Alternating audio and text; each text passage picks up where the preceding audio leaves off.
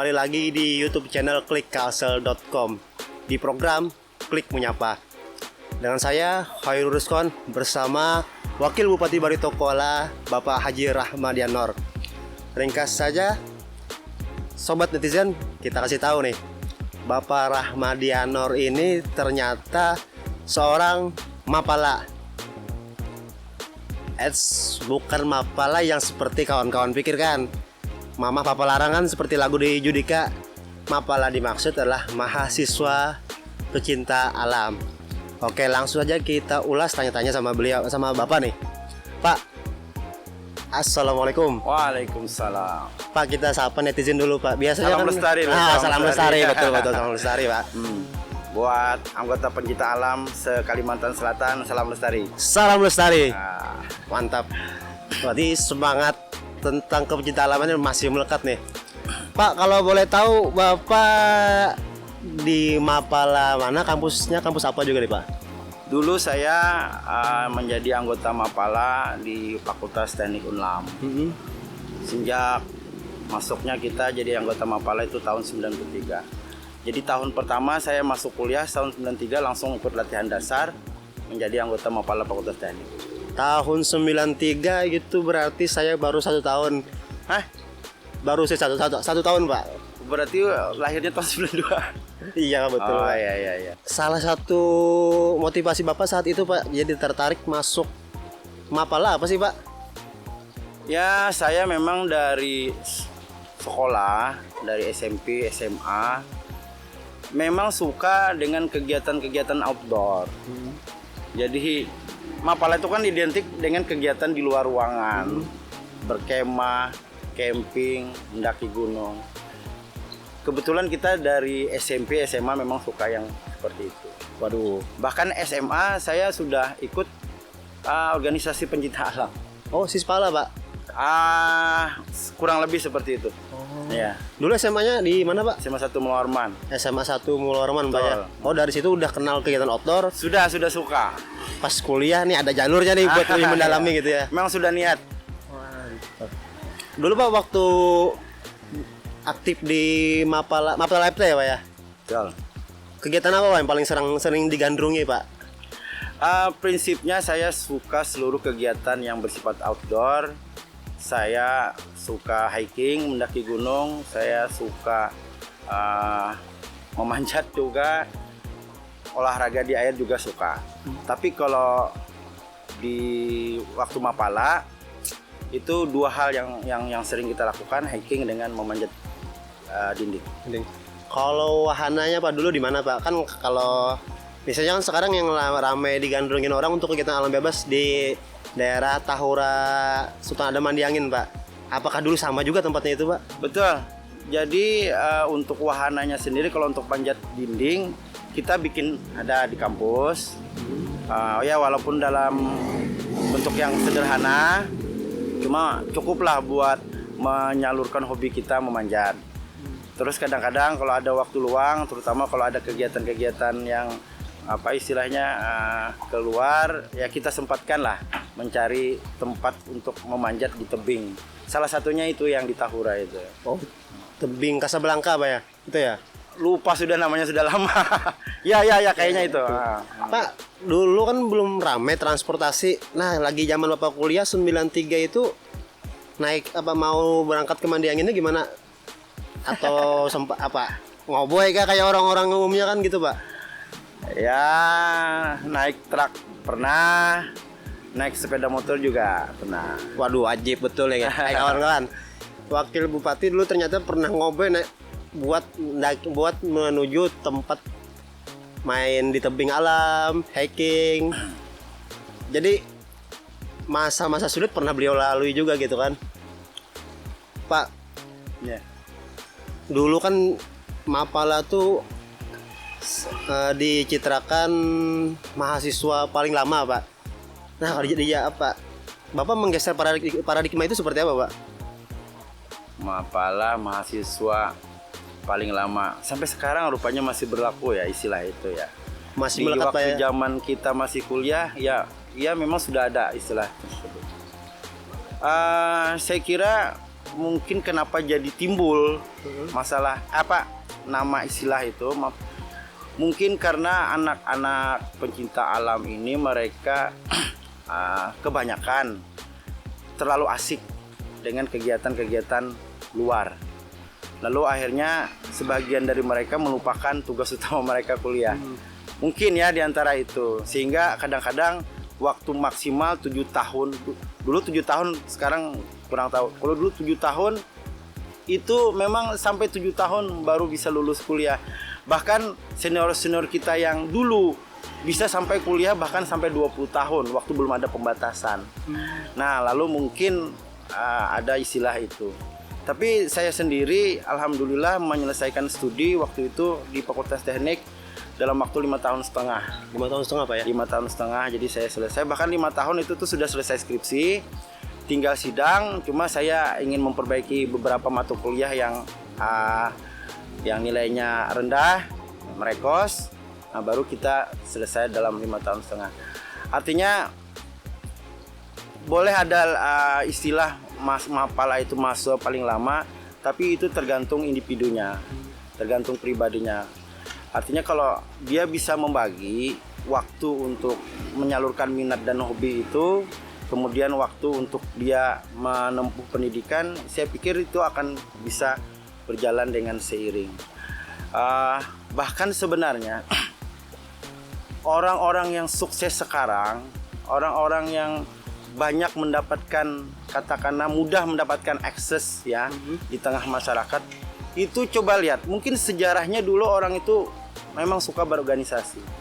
Organisasi apa aja termasuk mapala itu membentuk pribadi seseorang itu menjadi punya nilai tambah. Yang pasti dalam organisasi mereka diberikan tanggung jawab. Ya kan, tanggung jawab untuk misalnya diberikan mengurus ini, mengurus itu. Akhirnya itu menjadi kebiasaan itu. Kemudian orang yang suka berorganisasi ketika dia masih masa muda, itu dia punya interaksi sosial lebih baik daripada orang yang tidak suka berorganisasi. Makanya ketika orang itu terjun ke masyarakat, dia lebih mudah bergaul. Dia lebih mudah berhubungan dengan seseorang. Nah, jadi saya pikir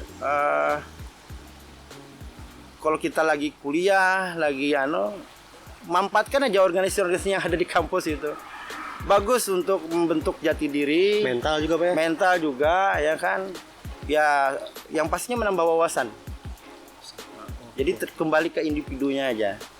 Oke, tapi Pak, kalau di masa saya kuliah, memang sih sering dibilangin kalau mapala masih paling lama. Tapi saya geser lah, mapala zaman kawan-kawan saya kuliah itu mereka bilang mahasiswa paling laku katanya.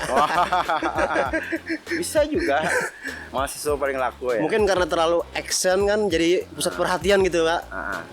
Ya betul juga. Kadang kalau kita mengadakan latihan panjat dinding di kampus itu, ramai mahasiswa nonton. Apalagi terutama mahasiswi ya. Mahasiswi Pak yang ceweknya Pak. Cuma kalau buat saya mahasiswa paling laku belum berlaku. Kita nggak laku-laku kemarin.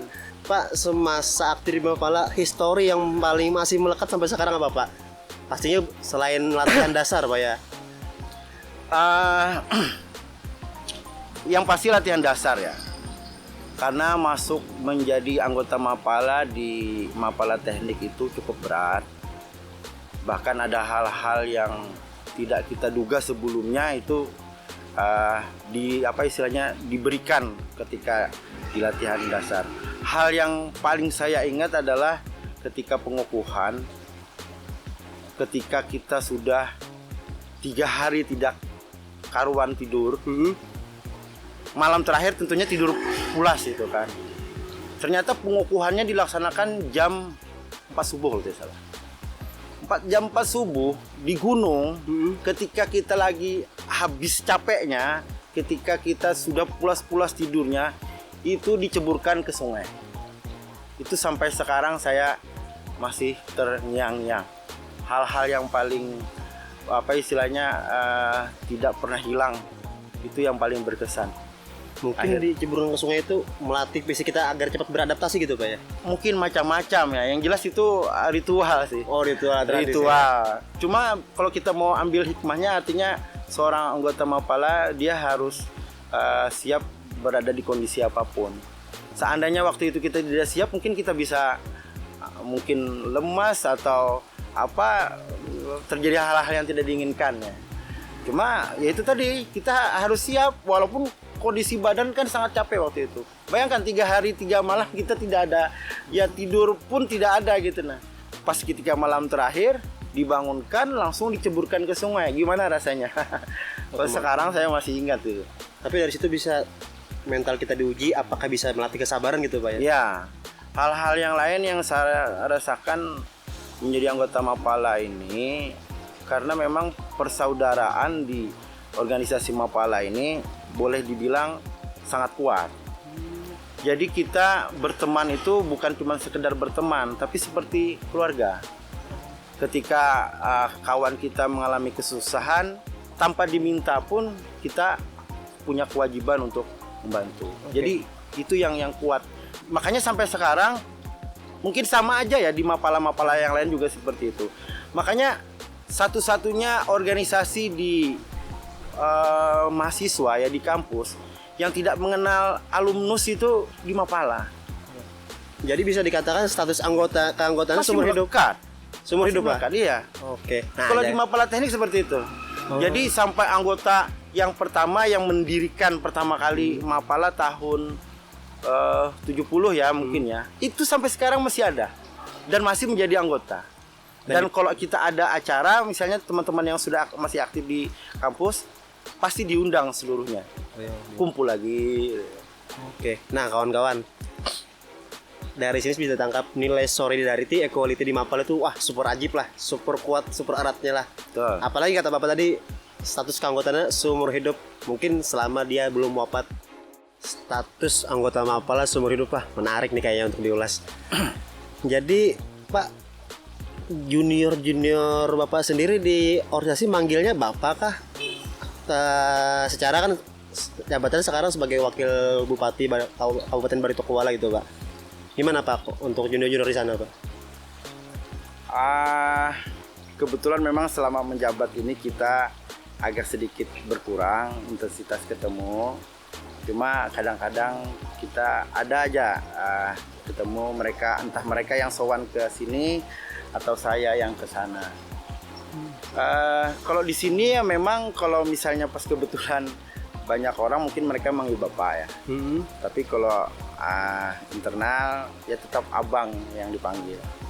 Apalagi kalau saya ke sana nggak ada istilah Bapak di sana, Abang terus dipanggil. Jadi mau izin Pak, kalau boleh manggil Abang kan biar lebih dekat gitu kan suasananya. Oh ya gitu. silahkan. Akan Mapala juga dulunya. Ya. Dulu Mapala Pak. Mapala. Sekarang jadi reporter aja. Jadi Abang Rahmadi, Bang Madi kalau saya dulu dipanggil. oh Bang Madi ya. Ya, Bang Madi.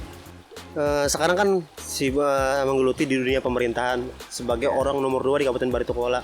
Nah Pak, semangat kepecinta alaman Bapak sendiri mengimplementasikan dalam roda pemerintahan ya Pak?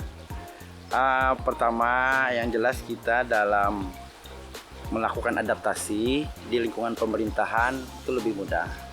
Karena di Mapala itu kita ya seperti yang saya sampaikan di awal tadi, kita dibentuk menjadi manusia yang apa istilahnya punya kemampuan untuk berinteraksi dengan orang lain. Kemudian juga di Mapala kita diajarkan secara langsung atau tidak langsung hormat kepada yang lebih tua dan sayang kepada yang lebih muda. Saya kira dimanapun organisasi Mapala mengajarkan hal yang demikian. Artinya dengan senior kita hormat, dengan kawan seiring kita sama-sama berbagi, yang lebih muda kita membimbing.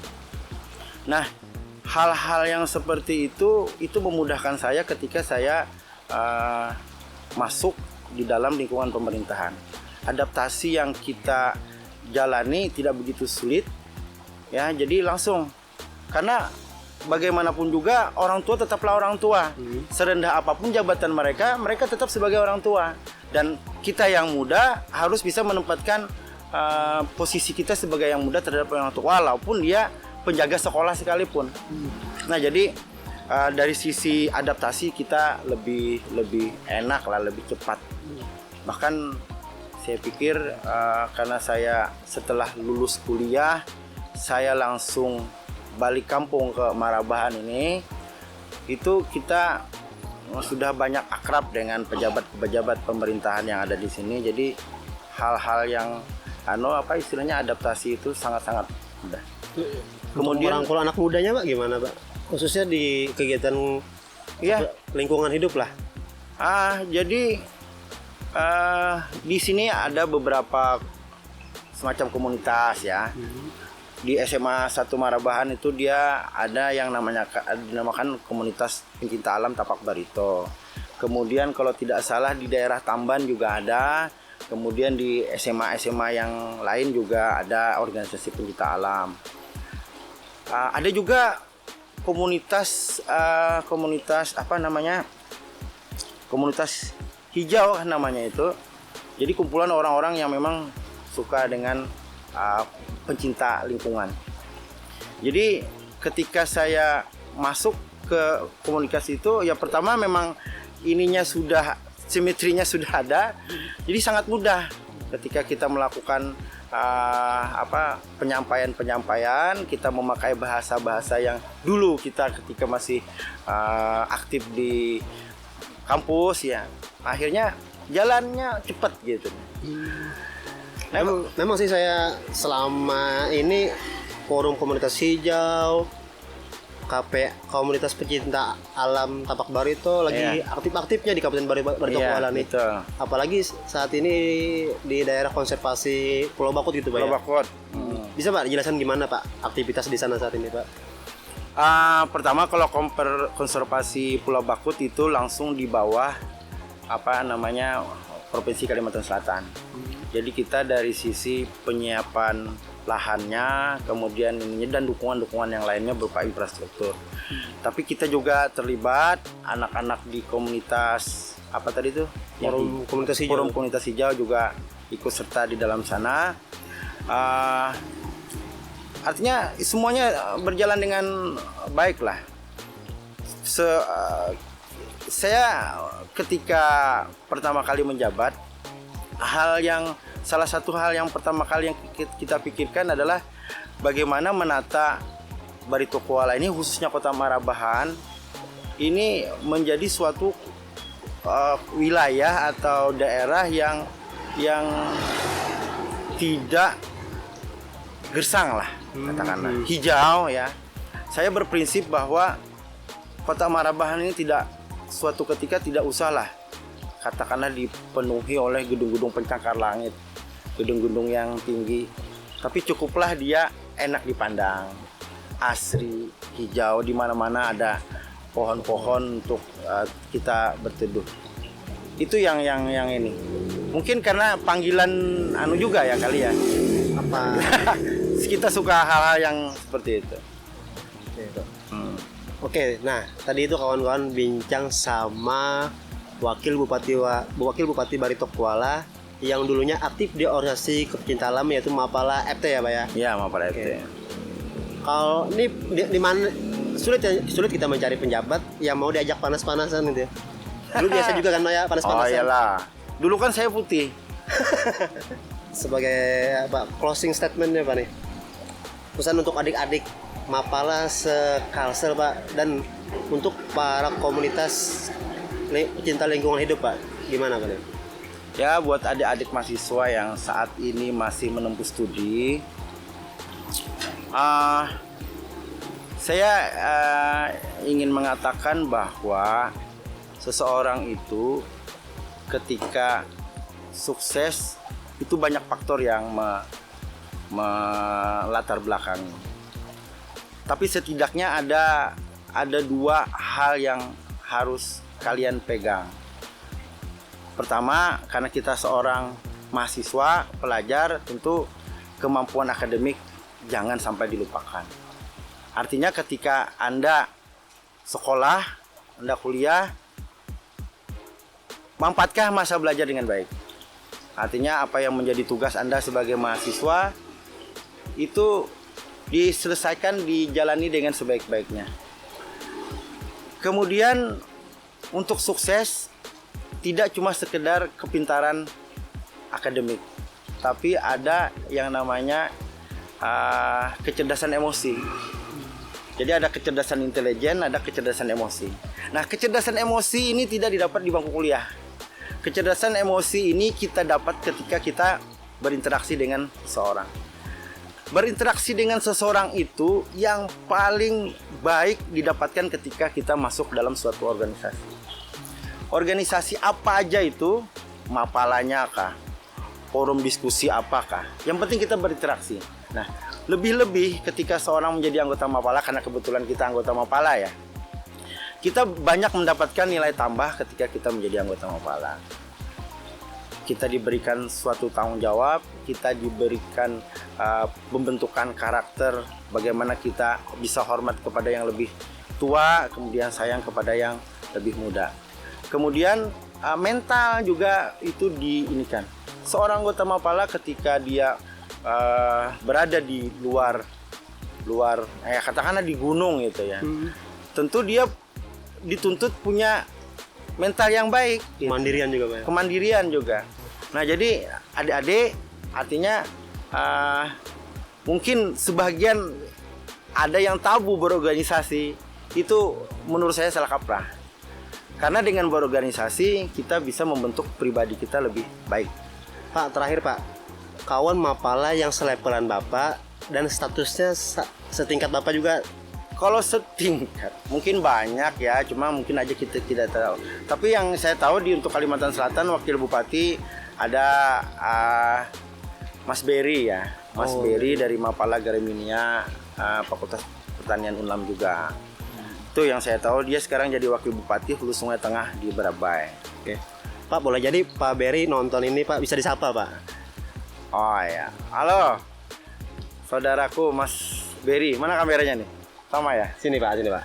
Ayo Ber, masih ingatkah dulu kita kata orang Banjar itu sumpah seliur waktu kita masih aktif di Mapala. Mudah-mudahan sampean menjalankan tugas sebagai Wakil Bupati ini diberikan kemudahan dan kelancaran.